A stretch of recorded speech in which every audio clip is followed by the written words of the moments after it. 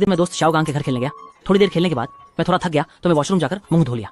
अचानक washing rack की सारी चीजें धड़ाम से नीचे गिर गईं, जिससे मैं बहुत डर गया। मैंने सोचा शायद ये हवा के कारण हुआ होगा। इधर उधर देखा, बाथरूम में बिल्कुल खिड़की नहीं थी, दरवाजा भी बंद था, तो हवा के कारण होना संभव नहीं था।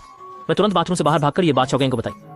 उसने एकदम शांत चेहरे से कहा कि हमारे घर में एक भूत है। मुझे नहीं पता कि वह जानबूझकर मुझे डरा रहा था या सच बोल रहा था। वैसे भी मैं तो डर गया, मुझे उस पर ज्यादा यकीन नहीं हुआ।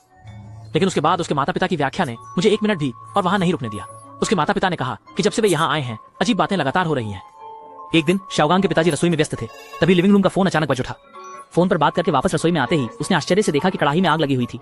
मुख्य बात यह है कि उसने पहले बिल्कुल भी आग नहीं जलाई थी। और एक बार जब शाओगांग की मां भी खाना बना रही थी, अचानक उन्हें ऐसा लगा जैसे किसी ने पीछे से उनका गला जोर से दबा दिया हो। वह डर से चिल्लाते हुए रसोई से बाहर भाग गई। उस रात सोते समय पूरे परिवार ने बाथरूम से पिट-पिट की आवाज सुनी। वे देखने गए तो पाया कि स्नानघर में सब बिखरा हुआ था। सारी चीजें जमीन पर गिर गई थी और यहाँ वहां फैली थी। उनकी बातें सुनकर मैं बहुत डर गया और फिर कभी छोटा गांग के घर खेलने नहीं गया।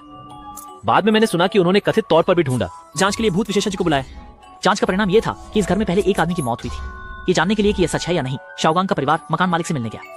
मकान मालिक ने भी माना कि उस कमरे में सचमुच हत्या हुई थी और उन्हें किराए में छूट देने के साथ साथ माफी भी दी। लेकिन शाओगांग का परिवार फिर भी अगले दिन ही वहां से बाहर जाने का फैसला किया।